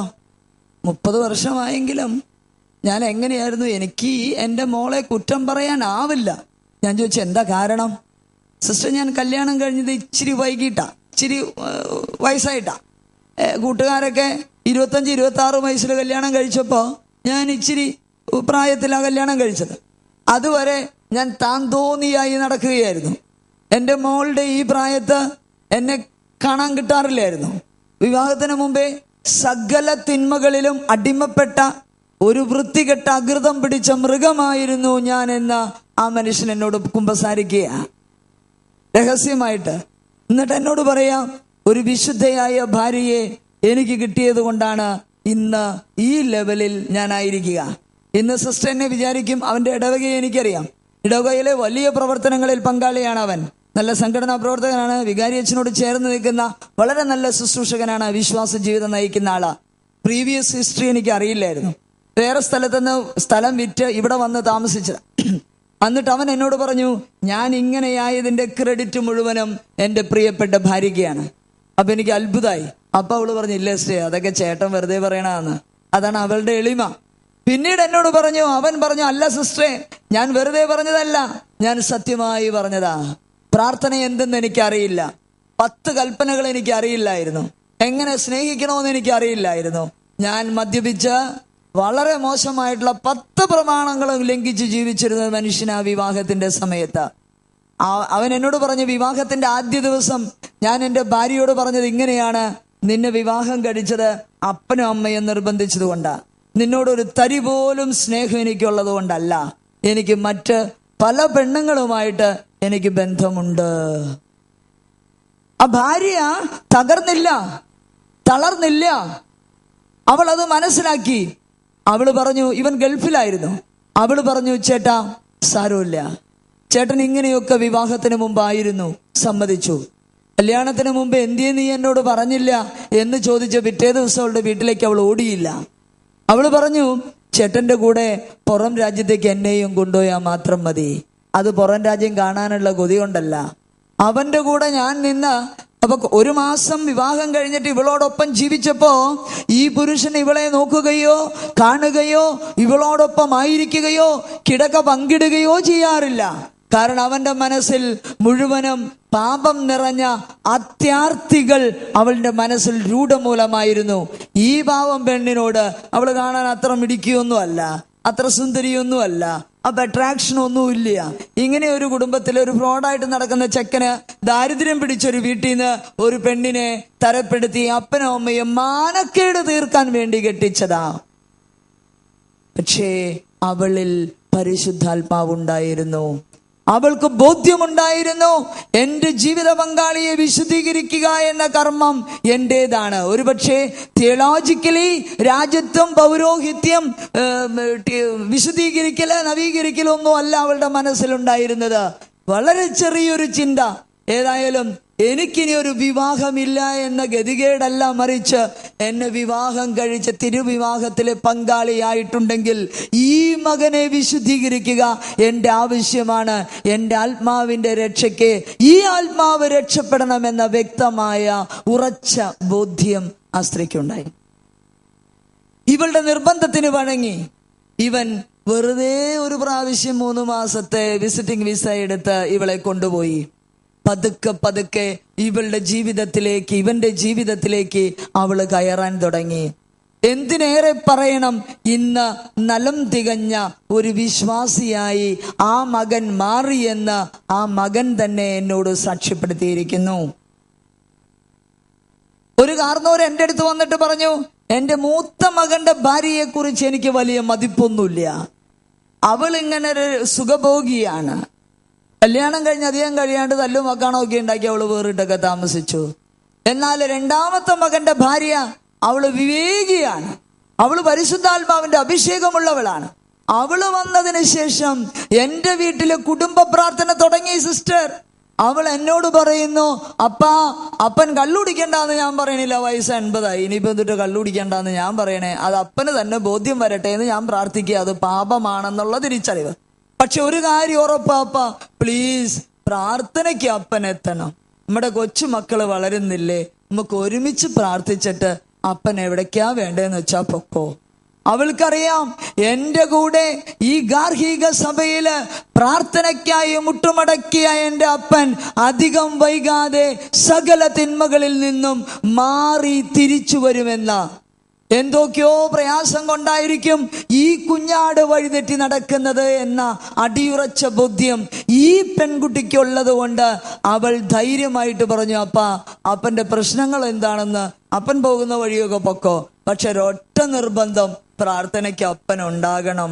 പുതുതായി വന്ന ഈ പെൺകുട്ടി ഈ അപ്പനോട് താണ് വീണുകയാണ്, പറയാണ് ഇങ്ങനെ പ്രാർത്ഥനയ്ക്ക് വരണോന്ന് പറഞ്ഞപ്പോ അപ്പനെ നിഷേധിക്കാനായില്ല. മോളെ, നിങ്ങൾ പ്രാർത്ഥിക്കണത് 7 മണിക്കല്ലേ, അപ്പന് 8 മണിക്കാ വരാൻ പറ്റുള്ളൂ. ഒരു ഒഴിവ് കഴിവ് കാണാണ്. അവള് പറഞ്ഞു, കുഴപ്പമില്ല അപ്പ, ഞാൻ 8 മണിക്ക് പ്രാർത്ഥിക്കാം. പിറ്റേ ദിവസം 8 മണിയായപ്പോഴേക്കും അപ്പൻ കുടിക്കാതെ വരണോട്ടോ അപ്പാന്ന് ഇവള് പറഞ്ഞേൽപ്പിച്ചു. അപ്പൻ കുടിക്കാതെ 4 കാലുമ്പി അല്ല 2 കാലുമ്പ് സുന്ദരക്കുട്ടനായിട്ട് ജോലി കഴിഞ്ഞ് 80 വയസ്സിലും പണിക്ക് പോവും അപ്പൻ. ഒരു വീട്ടില് ഒരു അപ്പാപ്പൻ തന്നെയുള്ള ആ അപ്പാപ്പന് കൂട്ടി ഈ അപ്പാപ്പൻ പോവും. അതിന് കഞ്ഞി കുടിക്കാൻ തിരിച്ച കാശൊക്കെ കിട്ടുകയും ചെയ്യും. ഇത് നല്ല ആരോഗ്യവാനാ. ഇത് 8 മണിക്ക് കുടിക്കാതെ വന്നിരിക്കുന്നു. അങ്ങനെ ഒരുമിച്ച് പ്രാർത്ഥന ചൊല്ലി 1 മാസം ഒരുമിച്ചുള്ള പ്രാർത്ഥന കഴിഞ്ഞപ്പോ ഇവളെന്ത് ചെയ്തു? ഒരു ഇച്ചിരി ഇറച്ചിയൊക്കെ വരട്ടി നല്ല ഭക്ഷണമൊക്കെ ഉണ്ടാക്കി, അപ്പ ഇനി അങ്ങോട്ട് കുടിച്ചിട്ട് ഭക്ഷണം അങ്ങോട്ട് കഴിച്ചിട്ട് പൊക്കപ്പ, അല്ല ഇങ്ങനെ ചൂടാറും അപ്പ എന്നൊക്കെ പറഞ്ഞ് പിന്നാലെ നിന്ന് അന്ന് വരെ ഒരുമിച്ച് ഭക്ഷണം കഴിക്കാത്ത അപ്പൻ ഒരു മേശയിലിരുന്ന് അപ്പനും അമ്മയും മക്കളും എല്ലാവരും കൂടി ഭക്ഷണം കഴിച്ചു. അപ്പാപ്പന് തോന്നി, അയ്യോ ഇതൊരു സ്വർഗമാണല്ലോ. അവള് തമാശ പറയുന്നു, കളിയാക്കുന്നു, ചിരിക്കുന്നു. ഒരു വല്ലാത്ത ആരവം, ഒരു തുടിപ്പ് ആ കുടുംബത്തിൽ വരാൻ തുടങ്ങി. ഇതാണ് ക്രിസ്തു വിശ്വാസിയുടെ കുടുംബത്തിൽ ഉണ്ടായിരിക്കേണ്ട ഒരു സ്വർഗീയ വിരുന്നിന്റെ മുന്നാസ്വാദനം. സ്വർഗീയ വിരുന്നിന്റെ കുഞ്ഞാടിന്റെ വിവാഹത്തിനുള്ള ഒരുക്കമാണ് ഈ ഭൂമിയിലെ ഗാർഹിക സഭയുടെ ജീവിതമെന്ന തിരിച്ചറിവ് ആ കൊച്ചുമോൾക്കുണ്ടായിരുന്നു. അവർ ഒരുമിച്ച് കളിച്ചും ചിരിച്ചും തമാശ പറഞ്ഞും തുള്ളിക്കളിച്ചും ഭക്ഷണം കഴിച്ച് അപ്പൻ പോയി മദ്യപിച്ചു വന്നു. 1 മാസം കഴിഞ്ഞപ്പോൾ അപ്പന് തോന്നുകയാണ് മദ്യം കുറേശ്ശെ നിർത്തണമെന്ന്, പെട്ടെന്ന് വീട്ടിലേക്ക് ഓടി എത്തണമെന്ന്, കുഞ്ഞുങ്ങളോട് തമാശ പറയണമെന്ന്, മരുമോളോട് എന്തെങ്കിലുമൊക്കെ പറഞ്ഞ് വാരണമെന്ന് ഈ അപ്പാപ്പനും തോന്നിത്തുടങ്ങി. Praise the Lord.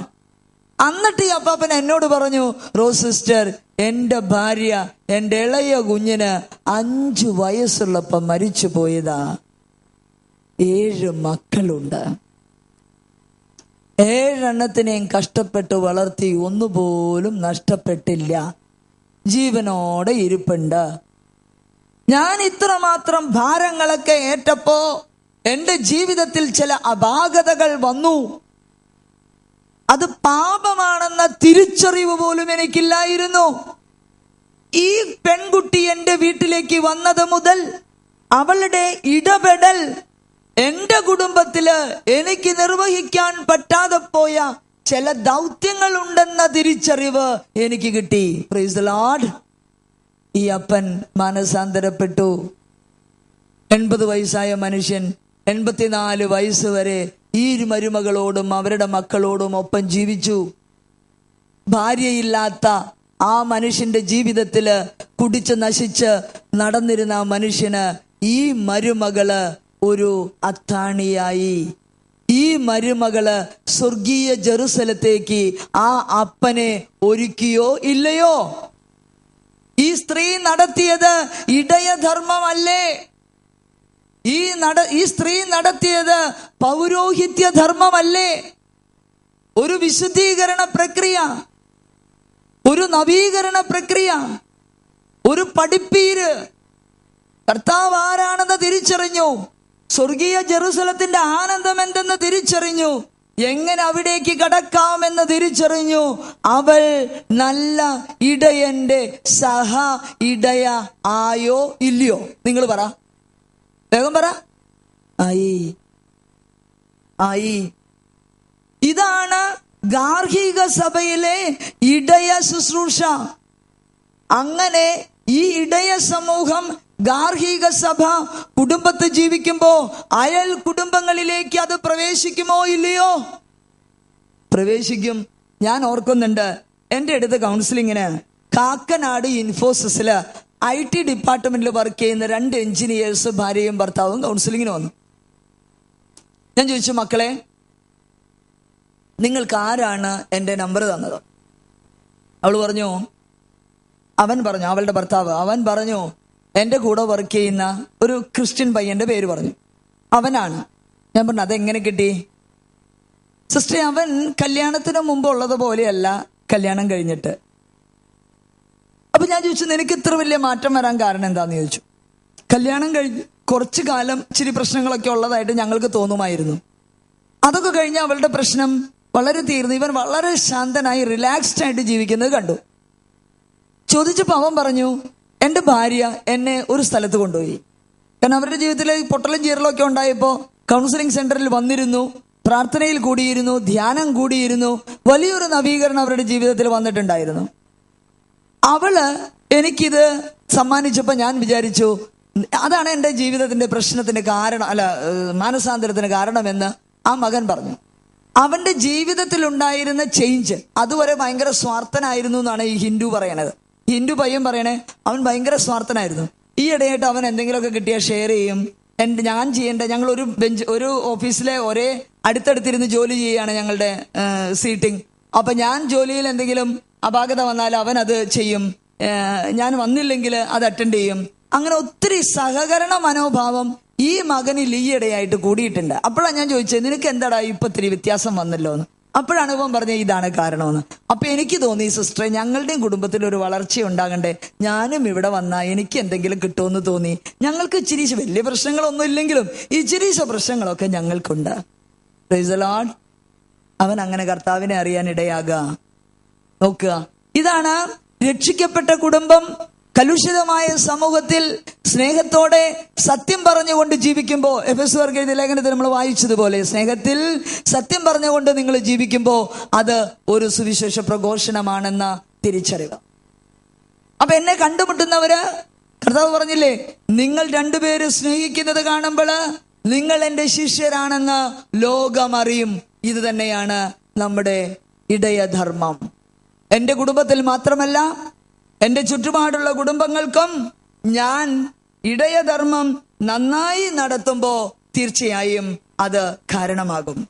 ഇനിയോ നമുക്കറിയാം, പലസ്തീനയിലെ ഇടയ ഗണത്തിന്, ഇടയധർമ്മം നടത്തുന്ന ഇടയന്മാർക്ക് 5 ദൗത്യങ്ങളുണ്ട്. എന്താണ് ആ 5 ദൗത്യം?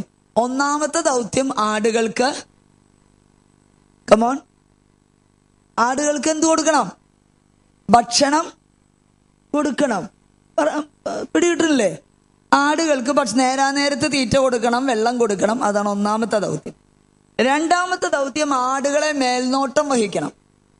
കാരണം എല്ലാറ്റുകളും കൂടി ഒരുമിച്ച് പോണുണ്ടോ, അതിൽ ഒരെണ്ണെങ്ങാനും കുടുങ്ങി കിടപ്പുണ്ടോ, വേറെ വഴിക്ക് വായ നോക്കി പോയിട്ടുണ്ടോ, എല്ലാവരും ഒരുമിച്ച് വഴി നടത്തുന്നുണ്ടോ എന്ന് മേൽനോട്ടം നോക്കണം. മൂന്നാമത്തെ ദൗത്യമാണ് ഇവറ്റങ്ങളെ പ്രൊട്ടക്ട് ചെയ്യണം.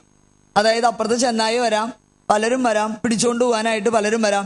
ചെന്നായ വരാണ്ട് രാത്രിയൊക്കെ ആവുമ്പോൾ നെറ്റ് കെട്ടി, ടെന്റ് കെട്ടി, താൽക്കാലിക ഷെഡ് കെട്ടി അതിൻ്റെ ഉള്ളിൽ ഇവറ്റങ്ങളെ കിടത്തിയിട്ട് ആ വാതുക്കെ തന്നെ ഇടയൻ കിടന്നുറങ്ങും. ഉറക്കമൊന്നും ഉണ്ടാവില്ല, കാരണം ചുറ്റും ഇങ്ങനെയല്ലേ, ഏതെങ്കിലും മഞ്ഞുണ്ടോ, ആരെങ്കിലും മഞ്ഞുണ്ടോ പിടിച്ചുകൊണ്ട് പോകാൻ നോക്കുകയാണ്.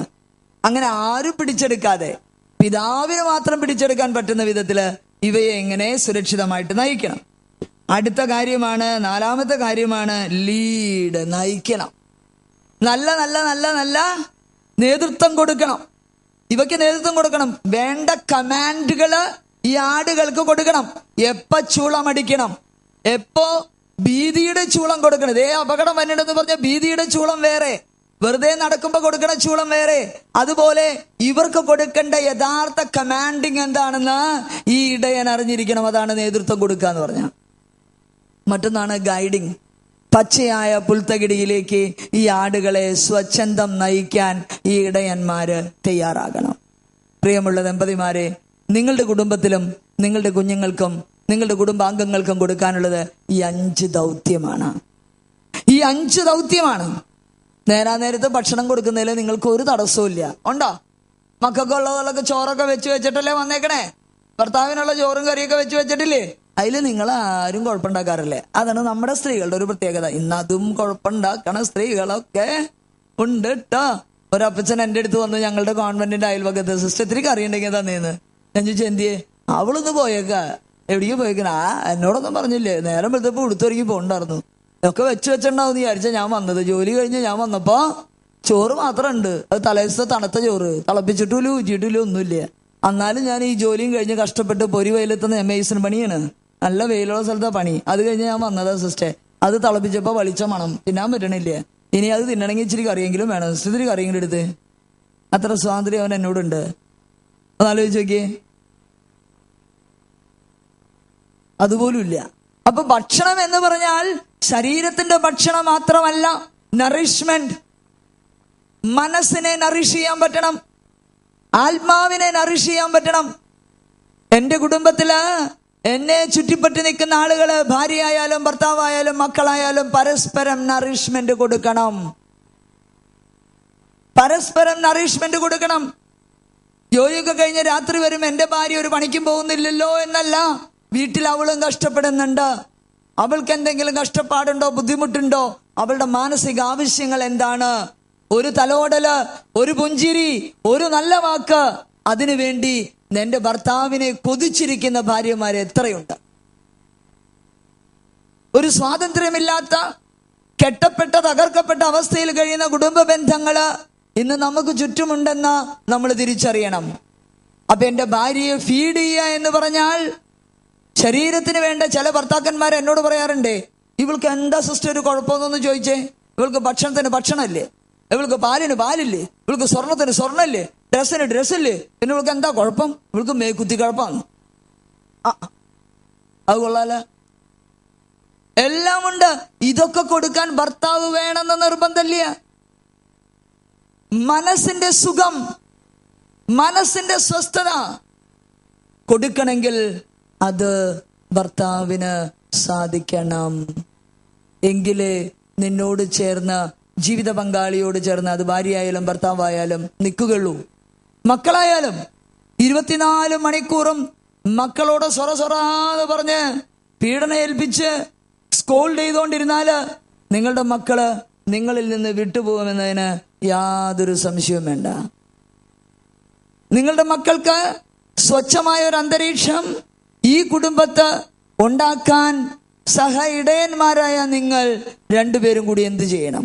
അപ്പനും അമ്മയും തമ്മിൽ 24 മണിക്കൂറും വഴക്കാണെങ്കിൽ നിങ്ങളുടെ മക്കളാകുന്ന അജഗണത്തിന് സ്വസ്ഥതയോടെ വിഹരിക്കാൻ, അവിടെ കിടന്നുറങ്ങാൻ, താമസിക്കാൻ, പഠിക്കാൻ, വളരാൻ സാധിക്കുമോ? സാധിക്കുമോ? ഇല്ലയോ? എന്താ മിണ്ടാത്തെ? സാധിക്കുമോ? ഇല്ല. അപ്പോ തീർച്ചയായും അതുപോലെ തന്നെ ഓവർ സൈറ്റ്. എന്റെ കുടുംബത്തില് ബാക്കിയുള്ള ആളുകള് പരസ്പരം നിങ്ങൾ ഇടയന്മാരാണ്. ഭർത്താവിന്റെ പിന്നില് സംശയാസ്പദമായ രീതിയിൽ ഓടിപ്പോവാനല്ല. ഭർത്താവ് അങ്ങോട്ട് നീങ്ങുമ്പോ അവിടെ എന്താ ചെയ്ത്, അവിടെ ഞാൻ വർക്ക് ചെയ്യുന്ന ഓഫീസിൽ പോയിട്ട് കൂട്ടുകാരോട് ചോദിക്കുക, ഭർത്താവ് അറിയാതെ ഭാര്യ കൂട്ടുകാരോട് ചോദിക്കുക, ഇയാളൊന്ന് വന്നിട്ട് ആരെയാ കണ്ടേ, എത്ര മണിക്കാ വന്നേ? അത് സംശയരോഗ. അതല്ല ഓവർ സൈറ്റ് എന്ന് പറഞ്ഞത്. അല്ലെങ്കിൽ ഭാര്യയുടെ പുറകെ ഒളിച്ചും പാത്തും പിന്നാലെ നടക്കുക. എത്രയോ പ്രശ്നങ്ങളെ ഞങ്ങൾ കണ്ടിരിക്കുന്നു. ആരുടെയൊക്കെയോ പടം മോർഫ് ചെയ്തെടുത്ത് തലയുടെ ഭാഗത്ത് ഭാര്യയുടെ തല വെച്ച് നഗ്നമായ ചിത്രങ്ങൾ മോർഫ് ചെയ്തെടുത്തിട്ട് എന്റെ ഭാര്യ അപരന്റെ കൂടെയാണെന്ന് പറഞ്ഞുകൊണ്ട് നടക്കുന്ന ഭർത്താക്കന്മാരെ എനിക്ക് കാണാൻ സാധിച്ചിട്ടുണ്ട്. ഇതിനെയൊക്കെ തീവ്രതരമായ സംശയരോഗം എന്നല്ലാതെ മറ്റെന്ത് പറയാനാ? സംശയരോഗം തീർച്ചയായിട്ടും നിങ്ങൾ വിഷമിക്കരുത്. ശരീരത്തിന് രോഗം വരുന്നത് പോലെ മനസ്സിന് രോഗം വരാം. ഈ രോഗത്തിന് ട്രീറ്റ്മെന്റ് ഉണ്ട് പ്രിയപ്പെട്ടവരെ. സൈക്യാട്രിസ്റ്റിനെ കണ്ട് കൗൺസിലിങ്ങിന് പോയി പ്രാർത്ഥനയാകുന്ന ഔഷധം കൊണ്ട് നിങ്ങൾക്ക് പൂർണ്ണമായിട്ടും സുഖപ്പെടാൻ ദൈവം അവസരം തരും.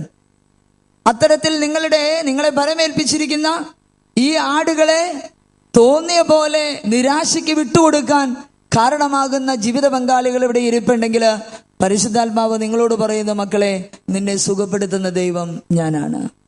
അവന്റെ മുറിവാണ് നമുക്ക് സൗഖ്യമാകുന്നത്. അവന്റെ വൈകൃതമാണ് നമ്മുടെ സൗന്ദര്യമാകുന്നത്. ആ വൈകൃതത്തിന്റെ സൗന്ദര്യം, അവന്റെ ശരീരത്തിൽ മുറിവേറ്റ് അവൻ സ്വർഗം നമുക്ക് നേടിത്തന്നതാണ് നമ്മുടെ സൗന്ദര്യത്തിന്റെ കാരണം. അവന്റെ തിരുമുറിവുകളാണ് എൻ്റെ മുറിവിന്റെ, എൻ്റെ വേദനകളുടെ, സഹനത്തിന്റെ ഹീലിംഗ്, സൗഖ്യം എന്ന് മനസ്സിലാക്കാൻ നമുക്ക് സാധിക്കണം. അപ്പൊ ഓവർ സൈറ്റ് എന്ന് പറഞ്ഞാല് എൻ്റെ കുടുംബത്തിലായിരിക്കുന്ന മറ്റു വ്യക്തികളെ ഒരു ഓവർ സൈറ്റ്, അവരെവിടെയാ പോണേ, എന്താ ചെയ്യണേ, നിന്റെ ഭാര്യ എവിടെയാ, എവിടെയാണാവോ അവള് പോയി എന്നാ പറയണേ? അല്ല, അത് അവളുടെ കുഴപ്പം കൊണ്ട് മാത്രമല്ല. ഇയാള് വീട്ടിലുണ്ടെങ്കിലല്ലേ സിസ്റ്ററെ പറയാൻ പറ്റുക. എന്റെ ഇളയ കൊച്ചിനെയും കൊണ്ട് പനി വന്നിട്ട് സ്കൂളിൽ പനിയാന്ന് പറഞ്ഞ ടീച്ചറെ വിളിച്ചിട്ട് ഞാൻ പോയതാ. അയാളുടെ കയ്യിൽ ഫോണൊന്നുമില്ല, ഫോൺ വിളിച്ചാൽ എടുക്കൂല. ഞാൻ എന്ത് ചെയ്യാനാ? എന്റെ കുഞ്ഞിനെ എനിക്ക് നോക്കണ്ടേ? അതിന് ഇയാള് പറഞ്ഞോണ്ട് നടക്കണ എന്താ? അവൾ എല്ലാ ദിവസവും ഉടുത്തൊരുങ്ങി പോവുക. അവൾ ഉടുത്തൊരുങ്ങി പോകുന്നതിന് പല കാരണങ്ങളുണ്ട്. തിരിച്ചും അവൻ ഉടുത്തൊരുങ്ങി പോകുക. എന്നോട് പറയാറില്ല. എങ്ങനെ പറയണേ? അവള് മോന്തയും മുറിപ്പിച്ച് വാതിലടച്ച് അവളുടെ മുറിയിലിരുന്ന ഭർത്താവിന് പറയാൻ പറ്റുമോ? സോ ഞാൻ പറഞ്ഞു വന്നത്, ഒരു ഓവർ സൈറ്റ്, മൊത്തത്തിലുള്ള ഒരു നോട്ടം, ഈ കുഞ്ഞാടുകളെ ഗ്രൂപ്പായിട്ട് നിർത്താനുള്ള ഒരു ഓവർ സൈറ്റ്. സബ് ഗ്രൂപ്പുകൾ ഫോം ചെയ്യാതെ കുടുംബത്തിനുള്ളിൽ ഒറ്റക്കെട്ടായിട്ട് നിൽക്കാനുള്ള ഒരു നോട്ടം സഹ ഇടയർക്ക് ഉണ്ടാകേണ്ടത് ആവശ്യമാണെന്ന് വരുന്നില്ലേ? ഇപ്പൊ ഭാര്യയും ഭർത്താവും ഒരുമിച്ച് നിന്നാൽ, നിങ്ങളുടെ 3-4 കുട്ടികളുണ്ടെങ്കിൽ, അല്ലെങ്കിൽ 3-4-5 സഹോദരന്മാരുണ്ടെങ്കിൽ, ഒറ്റക്കെട്ടായിട്ട് ഇവരെ നിലനിർത്താൻ തക്ക വിധത്തിലുള്ള ഒരു ഓവർസൈറ്റ് നിങ്ങളുടെ അജഗണത്തെക്കുറിച്ച് നിങ്ങൾക്കുണ്ടായിരിക്കണമെന്ന് നമ്മെ ഈ സഹ ഇടയ ധർമ്മം ഓർമ്മപ്പെടുത്തും. അടുത്തത് ഗിവ് പ്രൊട്ടക്ഷൻ. സംരക്ഷണം കൊടുക്കണം. എന്റെ കുഞ്ഞിന്റെ കുരുന്നുതല കണ്ണിക്കണ്ട ആടുകൾ കടിച്ചു തിന്നുന്നുണ്ടോ? ആ ആടുകൾക്ക് അങ്ങനെ ഒരു സ്വഭാവമുണ്ട്. ഒറ്റപ്പെട്ട് നടക്കുന്ന ആടുകള് മറ്റ് ആടുകളെ ഉപദ്രവിക്കും. ഒരുമിച്ച് ഇടയൻ പുൽത്തകിടിയിലേക്ക് നയിച്ചാൽ അവിടെ കാണുന്ന പുല്ല് മാത്രമേ തിന്നുള്ളൂ, വേറെ സ്ഥലത്തേക്ക് ഓടി പോവില്ലേ ജീവനും കൊണ്ട്. എന്നാൽ ഒറ്റപ്പെട്ട് നടക്കുന്ന ആടുകള് അരുമയായി വേറൊരു കുടുംബം വളർത്തുന്ന കറിവേപ്പില കടിച്ചു തിന്നോ ഇല്ലയോ? ഓർക്ക പറ, കടിച്ചു തിന്നും. വളരെ മനോഹരമായി താലോലിച്ചു വളർത്തുന്ന ഒരു കൊച്ചു മാഞ്ചെടി അത് കടിച്ചു തിന്നോ? തിന്നും. ഒറ്റപ്പെട്ട് നടക്കുന്ന തിന്മയുടെ ദുരിതത്തിൽ കഴിയുന്ന മറ്റ് ഗാർഹിക സഭകളിലെ ആളുകൾ എന്റെ ഗാർഹിക സഭയ്ക്കത്തുള്ള എന്റെ കുരുന്നിന്റെ കുരുന്നുമണ്ട കടിച്ചു തിന്നാൻ കാരണമാകും. അവിടെയാണ് അപക്വമായ പ്രണയബന്ധങ്ങൾ, ലൈംഗിക പീഡനങ്ങൾ, കുഞ്ഞുങ്ങളെ ദുരുപയോഗിക്കുക, തെറ്റായ വഴിയിലേക്ക് നയിക്കുക, ആൽക്കഹോളിസം, മദ്യപാന പീഡനം, മദ്യപാന ആസക്തി, മയക്കുമരുന്ന് ആസക്തി, അങ്ങനെ കൂട്ടുകള്, ഗാങ്, പലതരത്തിലുള്ള തിന്മകളിലേക്ക് ഒറ്റപ്പെട്ടു പോകുന്ന മക്കൾ, ഒറ്റപ്പെട്ട് നടക്കുന്ന ആടുകൾ എൻ്റെ മക്കളെ സ്വാധീനിക്കാൻ ഇടയുണ്ട്. അതുകൊണ്ട് പ്രിയമുള്ള സഹ ഇടയന്മാരെ, give protection to your flock. നിങ്ങളുടെ കുഞ്ഞാടുകൾക്ക്, നിങ്ങളുടെ അജഗണത്തിന് വേണ്ടത്ര സുരക്ഷിതത്വം നൽകേണ്ടത് നിങ്ങളുടെ ഉത്തരവാദിത്തമാണ്. ഒരുപക്ഷെ ഈ ഇടയധർമ്മം ഭംഗിയായി നിർവഹിക്കാനാണ് CMI തൃശൂർ പ്രോവിൻസ് ഈ ജെറുസലം കൂടാരം ഇങ്ങനെ വളർത്തിയെടുത്തിരിക്കുന്നത്. Price the Lord. അതൊരു ഇടയധർമ്മമാണ്. ആ ഇടയധർമ്മം വളരെ മനോഹരമായി നിർവഹിക്കാനാണ് ഈ വെള്ളിയാഴ്ച ശുശ്രൂഷകളില് ഇവിടെ നടക്കുന്നത്. എറണാകുളത്ത് നിന്ന് ഇവിടുന്ന് എൻ്റെ ചേട്ടനും കൂടിയാണ് പട്ടത്തച്ഛൻ. ഞാനും അച്ഛനും ഒരേ ഇടവകയിൽ ആളുകളാ. കുട്ടിക്കാലത്ത് കൊതിയോടെ നോക്കി നിന്നിട്ടുള്ള അച്ഛനാണ്. അപ്പോ ഈ ഇടയധർമ്മം നിർവഹിക്കാനായിട്ട് നമ്മൾ ഇവിടെ എത്തുന്നത് തീർച്ചയായിട്ടും കർത്താവിന്റെ ഇടയധർമ്മത്തോടുള്ള സ്നേഹമാ, അല്ലാതെ വേറെന്തെങ്കിലും ലക്ഷ്യമോ നേട്ടോ ഒന്നും കണ്ടിട്ടല്ല. ഇനി അടുത്തതാണ് ഈ ലീഡ്, ഭരിക്കുക, നയിക്കുക. എങ്ങനെ ഭരിക്കണം, എങ്ങനെ നയിക്കണം, എവിടേക്ക് നയിക്കണം? സ്വർഗീയ ജെറുസലത്തേക്ക് നയിക്കണം. കുഞ്ഞാടിന്റെ വിരുന്നിലേക്ക് നയിക്കാൻ എനിക്ക് സാധിക്കണം. സമർപ്പിതരാണെങ്കിലും വിവാഹിതരാണെങ്കിലും നമ്മൾ എത്തിപ്പെടേണ്ടത് കുഞ്ഞാടിന്റെ വിവാഹത്തിലേക്കാണ്.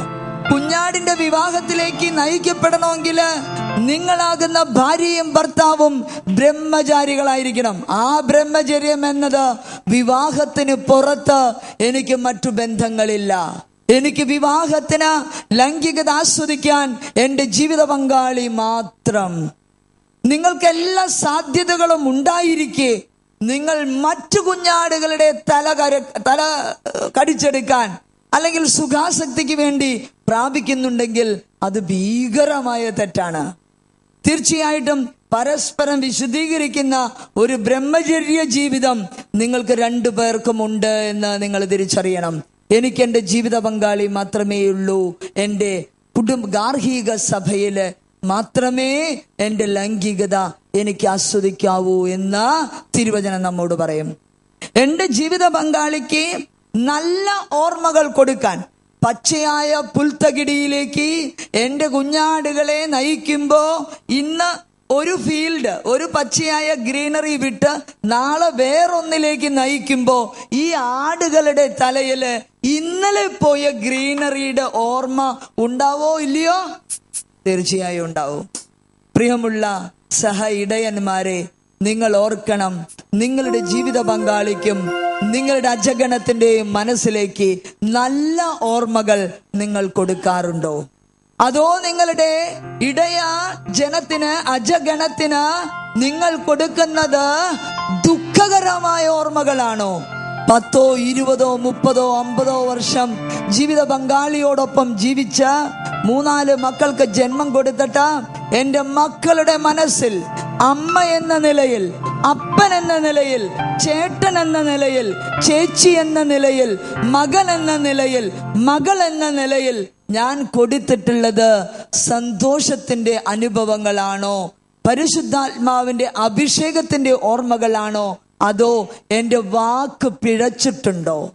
എൻ്റെ വാക്കുകളുടെ പിഴവ് മൂലം ഹൃദയം ഇപ്പോഴും പിടഞ്ഞിരിക്കുന്ന ആളുകൾ എന്നെ കുറിച്ച് ഓർമ്മിച്ചിരിക്കുന്നുണ്ടോ?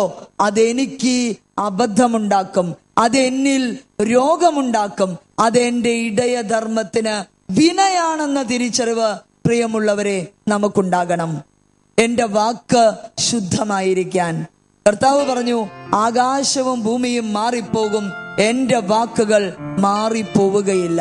ഞാൻ ഓർക്കുന്നു, കൗൺസിലിങ്ങിന് വന്നൊരു മകൻ എന്നോട് പറഞ്ഞു, ഞങ്ങളുടെ വീട്ടില് 8-9 മക്കളുണ്ട്, ആൺമക്കളാ, 8 ആൺമക്കളാ.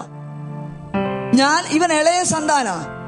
ചേട്ടന്മാരൊക്കെ ഒരു പ്രത്യേക ശുശ്രൂഷ ചെയ്യുക. ആ ശുശ്രൂഷ കെട്ടിടപ്പണിയാണ്. ആ ശുശ്രൂഷ ചെയ്തപ്പോ ഇവൻ ചെന്ന് ചോദിച്ചു, ചേട്ടാ എനിക്കൊരു ലൈസൻസ് എടുത്തു തരുമോ? അപ്പൊ ആ ചേട്ടൻ പറഞ്ഞു, അതെ, ചേട്ടന്മാരൊന്നും ഇങ്ങനെ കാശുണ്ടാക്കണ കണ്ടിട്ട് നീ ഇങ്ങനെ കുതിക്കണ്ട, നീ പോയി തെണ്ടി തിന്നട എന്നൊരു വാക്ക് പറഞ്ഞു. ഇവന്റെ മനസ്സില് 16 കൊല്ലം മുമ്പ് ചേട്ടൻ പറഞ്ഞ വാക്ക് ഒരു കറയായി, മുറിവായി രൂപപ്പെട്ടു. ആ മുറിവ് ഇവനെ ഒരു അത്യാർത്തിയിലേക്ക് നയിച്ചു.